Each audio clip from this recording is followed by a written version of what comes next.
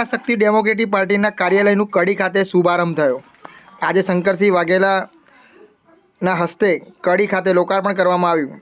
આ પ્રસંગે ડૉક્ટર બાબા સાહેબ આંબેડકરની જન્મજયંતિ નિમિત્તે પ્રતિમાને ફૂલહાર પહેરાવીને બાબા સાહેબ આંબેડકરને નમન કરીને ત્યાંથી સભાને સંબોધન કર્યું હતું। ત્યારે ખૂબ જ મોટી સંખ્યામાં લોકો જોડાયા હતા।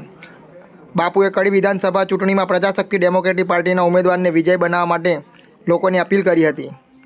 જોતા રહો અજય એ ભાટિયા સાથે ભાટિયા 15 ન્યૂઝ સત્તાની સાથે બસ સ્ટેન્ડ પાસે બાબા સાહેબની પ્રતિમાને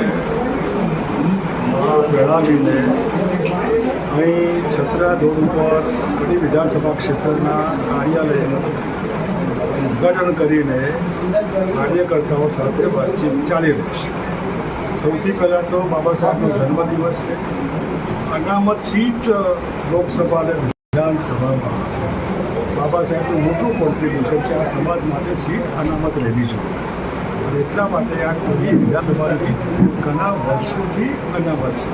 વચ્ચે થોડા સમય માટે જોટાણા બની તે વળી પાછી કડી થઈ ગઈ। એવા ઠેકાણે આજનો પવિત્ર દિવસ પસંદ કરીને આવનાર વિધાનસભા એ અનામત સીટ છે જેમાં આપણા સિટિંગ ધારાસભ્યોનું અવસાન થયું છે એમની શક્તિ આપે એના બદલે જે ઇલેક્શન આવશે એમાં પ્રજાસત્તા ડેમોક્રેટિક પાર્ટી એ બધી પાર્ટીઓ કરતાં અલગ પ્રકારની બાપુ સ્પોન્સર પાર્ટી છે। બાકી પાર્ટી મેચ ફિક્સિંગ એકબીજાને અંદર હરાવવા વગેરે વગેરે 30 વર્ષથી બીજેપીનું એક ચક્રી શાસન એની સામે જે કંઈ કોંગ્રેસની મર્યાદા હોય કે જે કંઈ એટલા માટે આ પાર્ટી શરૂ કરી છે। પાર્ટી આક્રમક વિધાનસભા આપણે કરવાના છે તો થોડા દિવસમાં જેવું ઇલેક્શન જાહેર થાય એવું ઉમેદવાર પણ જાહેર કરીને સારા માણસ પ્રજાના માણસ ઉમેદવાર જાહેર કરીને વિધાનસભામાં ઝંપલાવાના છે। પ્રજાશક્તિ ડોમેસ્ટિક પાર્ટી સાહેબ સત્તા પર આવે તો કઈ જાતના પ્રજા માટે પગલાં? એ સત્તા તો 27માં આવશે। અત્યારે તો ભારતીય જનતા પાર્ટીને ખાલી કરંટ અડે કે જો પ્રજાના વિમુખ તમે થઈ ગયા હોય, લોકોને ત્રાસ આપતા હોય, લોકો બેકારી મોંઘવારી ભ્રષ્ટાચારથી દુઃખી થઈ ગયા હોય તો એનો પુરાવો જુઓ કડીથી ભારતીય જનતા પાર્ટીને હરાવવાની શરૂઆત થઈ અને પ્રજાશક્તિ ડેમોક્રેટિક પાર્ટીની એન્ટ્રીની શરૂઆત થઈ। આમ નામ રહેશે તો 27માં બીજેપી ઘેર જાય અને આ પાર્ટી આવે। સાહેબ આજે જે અહીંયા એક કાર્યકરનું ઉદ્ઘાટન કરવામાં આવ્યું અન્ય કોઈ જગ્યાએ કાર્યાલયનું ઉદ્ઘાટન થશે?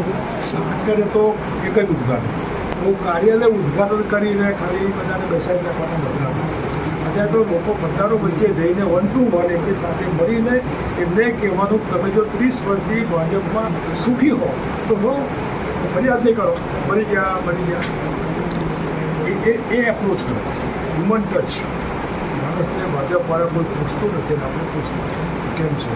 બાપુ એક અગત્યનો પ્રશ્ન હતો કે અત્યારે હાલ લોકો એવી ચર્ચા કરી રહ્યા છે કે ભાજપની આ બી પાર્ટી છે તો એના માટે તમે શું કહેશો? 160માંથી હું ફેર પડવાનો બીજેપીને હારશે તો એટલે અમિત શાહ જોડે બેઠક થયા પછીની આ ચર્ચાઓ છે। બીજેપીની ક્યાં કોઈ જરૂરત છે આમાં કોઈના સર્ટિફિકેટની જરૂર નથી આપણે।